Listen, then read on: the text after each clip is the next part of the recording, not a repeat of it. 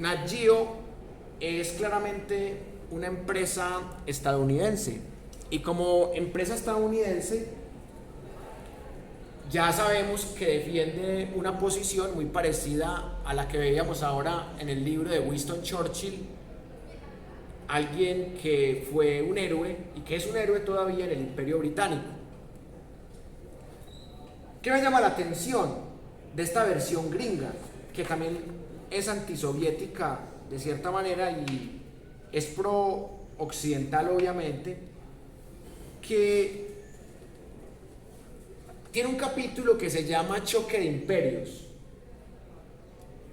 Y hasta ahí uno entiende que se refiere a los imperios que se repartieron a África, se refiere al Imperio Británico, se refiere al Imperio Turco Otomano, al Imperio Ruso, al Imperio Austrohúngaro.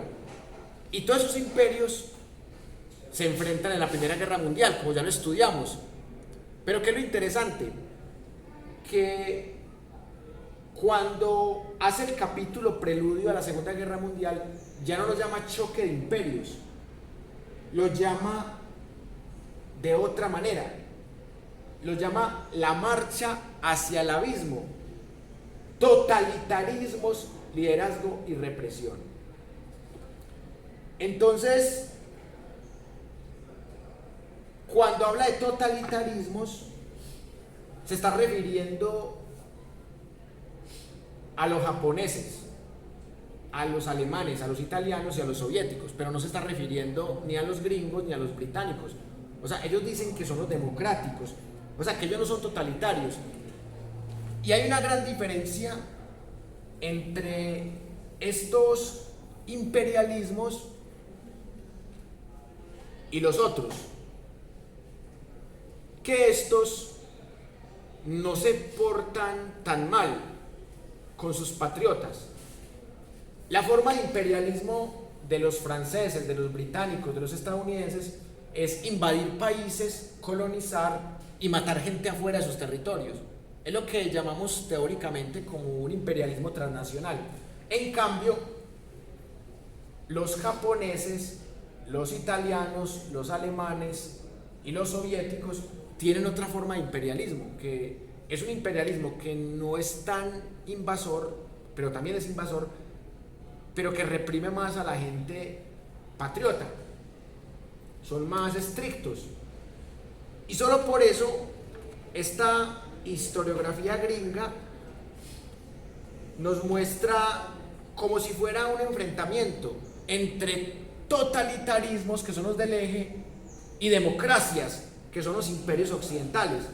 Pero qué cuca de democracia que obliga a los de la India, a los de Pakistán a pelear a favor de ellos. Y son poco los rebeldes los que hacen denuncias como Gandhi, de yo no peleo a favor de imperialistas. Acá hay un mapa muy importante y es el mapa del mundo previo a la Segunda Guerra Mundial. En este mapa van a notar algo muy interesante y es cómo se centran más en satanizar a la Unión Soviética que a los imperios occidentales. Obviamente existieron los Gulag, claro, que eran campos de trabajo forzado en la Unión Soviética. Entonces, aquí hablan de unas fechas evidentes, que los Gulag duran de 1929 a 1953, que es el régimen de Stalin. Ya después los Gulag se van reduciendo y siguen existiendo solamente para disidentes. Y acá uno dice, es cierto, en la Unión Soviética existieron campos de trabajo forzado, pero ¿por qué no muestran la otra cara de la moneda? ¿Por qué no muestran que Estados Unidos invadía a Nicaragua ¿por qué no muestran que el Imperio Británico se apoderó de África al lado del Imperio Francés? ¿Por qué no muestran eso? Y se centran más que todo en decir que es que son democracias que porque sus ciudadanos son más libres que los de los totalitarismos. Y ahí es donde uno dice, lo mínimo que debería ser una fuente crítica es decir, es que son dos imperialismos diferentes. El imperialismo transnacional y el imperialismo intranacional. Bueno, y acá pues claramente empiezan a hablar de la dictadura hitleriana, algo que también lo dice la fuente rusa. Por eso Hitler queda tan mal parado en la historia, porque las dos historiografías dominantes hablan muy mal de Hitler, tanto los soviéticos como los británicos, franceses y gringos, todos hablan mal de Hitler. Y efectivamente Hitler era un dictador, pero la hipocresía está en que excudan a sus dictadores, excudan a Churchill, a Roosevelt y a Stalin, y satanizan solamente a Hitler.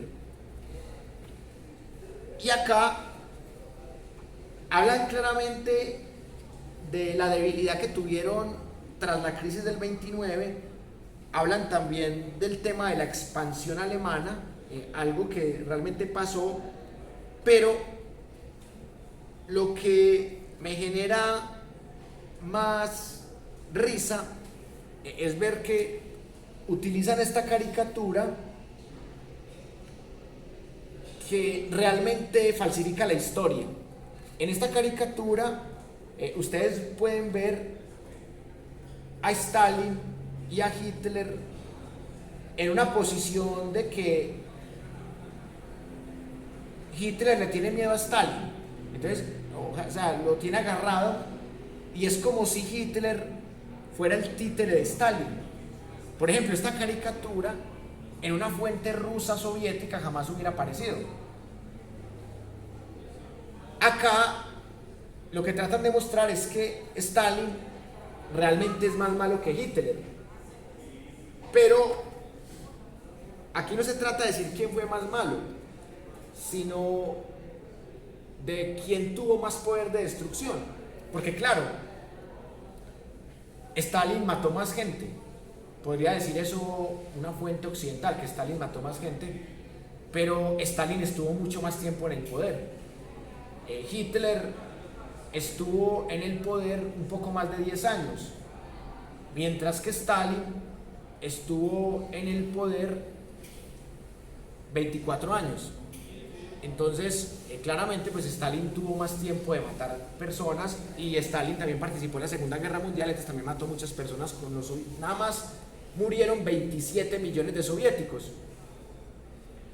Y eso es otro elemento diferenciador entre las dos historiografías, que los soviéticos dicen, es que pusimos 27 millones de vidas para salvar a la humanidad de los nazis, porque los nazis iban a acabar a toda la especie humana con su proyecto eugenésico, su proyecto de que solamente los germanos blancos de ojos azules tenían derecho a vivir. Entonces, Stalin fue el que salvó la humanidad, porque sin Stalin y sin los soviéticos, sin los 27 millones de muertos que pusimos, la humanidad hubiera acabado en manos de Hitler. Eso dice la historiografía rusa. En cambio, la historiografía occidental dice, nos tocó usar a alguien tan malo como Stalin para que nuestras democracias derrotaran los totalitarismos. ¿Sí? Y se llenan la boca diciendo que son democracias. Y ambos mienten totalmente. Entonces miren, cuando hablan de los totalitarismos, de una poner aquí el símbolo nazi, como si los imperios occidentales no fueran totalitarismos transnacionales. Y acá hablan de los caudillos, y particularmente hablan de los caudillos de Italia, de la Unión Soviética y de Alemania. No hablan de los caudillos occidentales. Miren ustedes cómo se manipula la historia. Les voy a compartir este párrafo en donde hablan de los caudillos para que ustedes miren esa forma tan particular de contar la historia. El culto al dirigente supremo adquirió aspectos distintos en Italia, la URSS y Alemania. Mussolini supo utilizar desde muy temprano los recursos de una época que consagraba a las celebridades en el celuloide y la prensa gráfica y proyectó una imagen que suponía una ruptura histórica con los proyectos políticos de la Italia liberal, embutidos en sus levitas y alejados del pueblo. El duce transmitía una sensación de dinamismo y rabiosa modernidad, en sintonía con el espíritu que animaba a los futuristas. Aparecía al volante de automóviles. Hitler no sabía conducir, pilotaba aviones y motos, practicaba esgrima y esquí, y su torso desnudo en la batalla del trigo junto a los campesinos daba cuenta de su virilidad, asociada a la fuerza, valores fascistas. Ese aspecto frívolo de la imagen mussoliniana quedaba atemperado por su vinculación y la del régimen fascista al glorioso pasado imperial romano. Hitler y Stalin jamás mantendrían la familiaridad de Mussolini para con las masas. Stalin cultivó el papel de vigilante guardián del legado de Lenin, de quien heredó el papel de voz o caudillo, como refiere esta adulatoria poesía. Lenin murió, pero más fuerte que el acero, más firme que las razas montañesas de Pedernal. Llegó su espléndido alumno Stalin. Él nos conduce a las victorias y a la felicidad.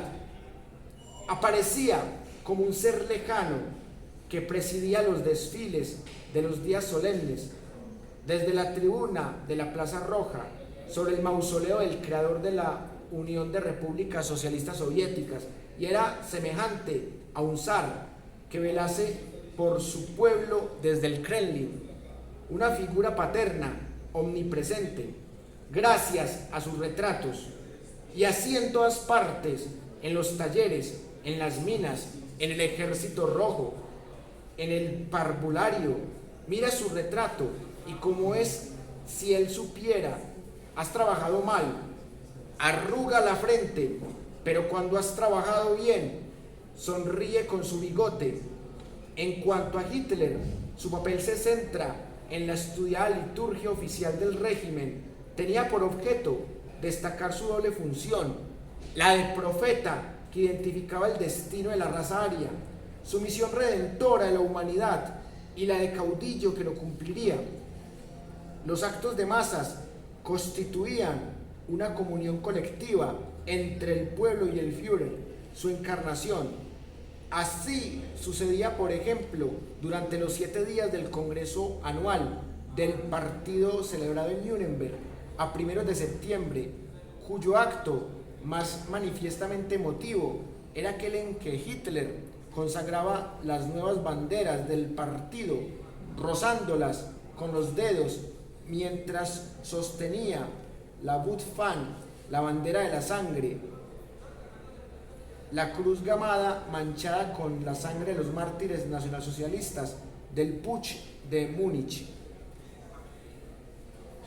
Este análisis es muy interesante y es válido porque efectivamente Hitler era un caudillo, Mussolini era un caudillo, Stalin era un caudillo, Hirohito, los del Imperio japonés también eran caudillos, eso nadie lo niega. Pero la pregunta que uno se hace es por qué no muestran la forma de manipulación de los caudillos occidentales o de los caudillos que hacían parte de los aliados, porque bueno, Mussolini y Hitler también eran caudillos occidentales. Entonces miren, ¿qué nota uno en los dos libros? Que existe la misma manipulación. Es decir, cuando hablan de los enemigos, incluyendo a Stalin como un enemigo que tuvo que ser aliado, muestran es esa parte caudillista, esa parte demagógica. Y cuando hablan de ellos mismos, se pintan como gobiernos, democracias liberales, aliados por la paz del mundo. Se pintan como los buenos. Y esa es la gran trampa de la historia. ¿Cuáles son las fuentes que se han utilizado en nuestras academias, en nuestros contextos? Son puras fuentes occidentales. Pero al fin y al cabo el que gana la historia es el que la cuenta. Obvio que sí, pero acá el problema es que la gente se traga el cuento. O sea, no podemos evitar que el ganador cuente la guerra. Pues el soviético fue ganador también, más allá de que haya sido un ganador pírrico porque perdió 27 millones de vidas. Pero en este caso también existe la historia de los perdedores. Por ejemplo, en el caso de la historiografía mexicana ya hay personas que tienen esas raíces aztecas y están contando la guerra de los perdedores. Pero con los nazis no pasa lo mismo, ni con los alemanes, porque ellos, como les dije ahora, tienen el tema vetado. ¿Qué dice el compañero? Una pregunta, ¿qué tan importante realmente fue el frío para la no posesión de la Unión Soviética? Porque pues yo sé que, digamos, las calles eran pantanosas y los carros, pues, y los carros de los tanques de guerra no podían pasar y dificultó mucho el paso de todo, pues, de los nazis en general, pero también hay rumores que dicen que se dice que fue más importante de lo que fue para bajar pues, la participación de la Unión Soviética dentro de la guerra. En este caso los occidentales dicen, pues, se dice que dicen eso para... Totalmente cierto, porque no podemos negar que el frío sí influye un poco, el hambre, pero no tanto como lo quieren mostrar las fuentes occidentales a favor de los aliados occidentales. Realmente uno trata de ser ecuánime y por eso ahorita vamos a ver un documental gringo versus un documental soviético, para que ustedes vean de una las diferencias. En el documental soviético no van a mencionar el tema del frío, o no lo van a mencionar como algo tan importante. Si lo mencionan como algo que suma. Van a hablar más del heroísmo, de la resistencia, o sea, de todo lo que se demoraron ellos para derrotar a los nazis, pero que nunca se vencieron ni en los peores momentos, ni con los cercos que le hicieron los nazis. Y claramente es normal que en las fuentes occidentales eurocéntricas o anglocéntricas digan que si no fuera por el frío los soviéticos nunca hubieran podido vencer a los nazis. Realmente eso es un determinante que se queda en algo especulativo, porque si a eso vamos, pues los países nórdicos son muy fríos también, y casi todos los países europeos de esa zona son fríos. Entonces eso pues sería como una falacia que se podría caer por ese lado. Lo otro es que los soviéticos se unieron como pueblo para resistir. No solamente se unieron 27 millones que dieron la vida, más los que quedaron vivos, sino que se unieron todos los sectores sociales. Por ejemplo, el papel de las mujeres fue muy importante, porque las mujeres soviéticas fueron más activas que las mujeres nazis. Y las mujeres nazis prácticamente se quedaron ahí, como cuidando a los niños y por ahí de pronto trabajando en algunas fábricas. Esa es la participación de las mujeres nazis. En cambio, las mujeres soviéticas se montaron el fusil, y más porque los soviéticos predicaban la ideología del socialismo, la doctrina económica, en donde se supone que somos iguales. Entonces, como somos iguales, entonces una mujer también puede alzar el fusil como un hombre. Entonces, eso también hizo que el ejército soviético fuera tan numeroso, porque también había muchas mujeres. Hay también varios documentales que de pronto hoy no los podemos ver por falta de tiempo, pero hay documentales en donde muestran la gran importancia de las mujeres soviéticas, que eso también ayudó a derrotar a los nazis.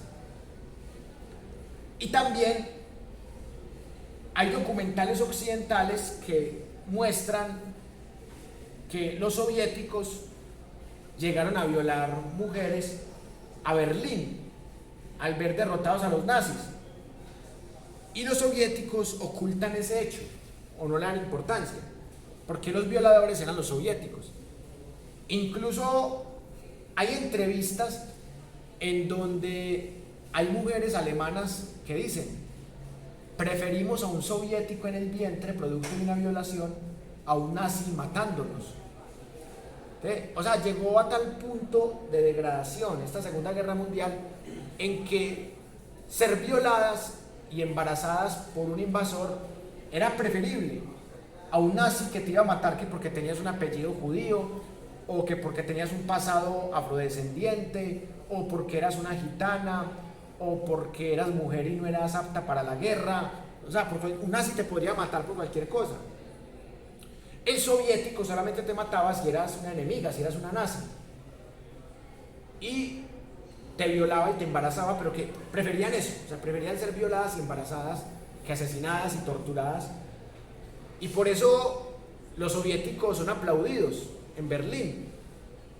Y cuando llegan los gringos también son aplaudidos, porque quedan como los héroes, sabiendo que son malignos, pero como ganó el mal menor de lado y lado. Entonces ahí viene todo el tema historiográfico. Entonces, volviendo a la pregunta del compañero, que es muy interesante. Hace unos años tuve un debate con un personaje que es pro gringo, y este personaje literalmente decía que si no fuera por los préstamos y por el armamento de los gringos y de los británicos, que los soviéticos no hubieran podido ganarle a los nazis, y que los soviéticos no eran tan importantes, que los gringos fueron los reales salvadores. Entonces yo le dije: ¿cuántos soldados gringos murieron en esta guerra? Ni siquiera 500.000. A lo sumo murieron 300.000, 400.000 soldados gringos, nada más. Entonces, ¿quién puso la carne de cañón? Los soviéticos. 27 millones de muertes. Y súmele los millones de sobrevivientes del ejército soviético, el ejército rojo. Entonces, mientras que los soviéticos pusieron la carne de cañón, los gringos pusieron el dinero y las armas, que también es importante, claro. Pero por subestimar uno no podemos subestimar lo otro. Ambos tuvieron su importancia. Sí. Pero es que ni siquiera solamente es el hecho de que hayan puesto los muertos, sino que la Unión Soviética, en este caso, pues, antes la llamada Rusia, al ser tan grande, el tiempo que le tomaba a los nazis simplemente entrar era exagerado. O sea, solamente para romper fronteras fueron como 6 meses.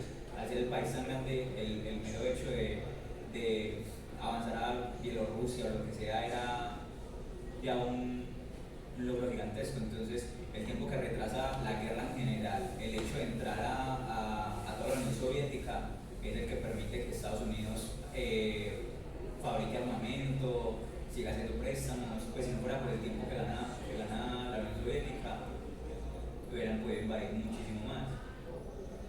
Tanto el Reino Unido como la Unión Soviética, incluyendo a Rusia, tienen una posición geográfica muy favorable, y por eso fueron los que más aguantaron y los que quedaron menos diezmados, porque el ejército nazi era muy poderoso, tanto en armamento como en cantidad de efectivos.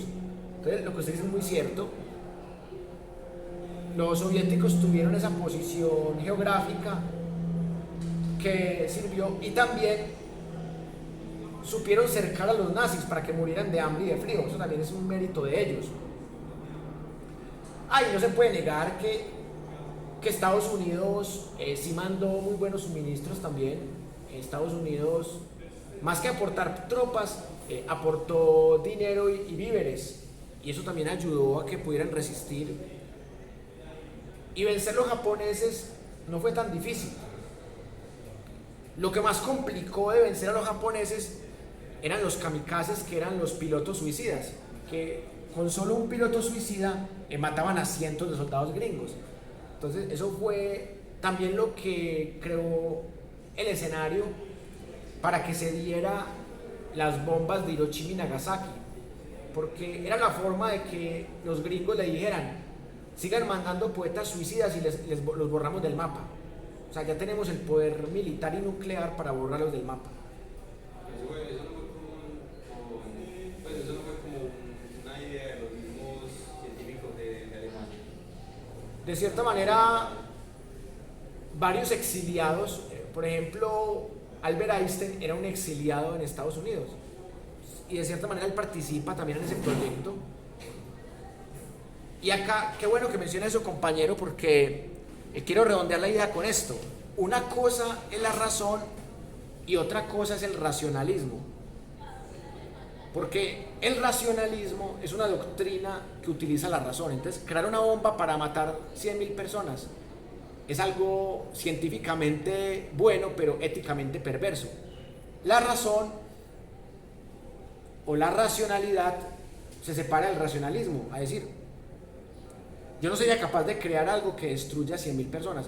Es que lo grave fue que mataron 100.000 inocentes en pocos segundos. Una cosa de locos. Y la ciencia demostró que si no hay ética y no hay moral, y si estamos en una guerra absurda, todo puede carecer de sentido. Hasta la ciencia se vuelve un instrumento de la dictadura y del imperialismo. Por eso quiero que analicemos una última tesis antes de salir al descanso, que me parece que tiene que ver con esa reflexión, y es hasta qué punto la ciencia nos puede destruir en medio de una guerra.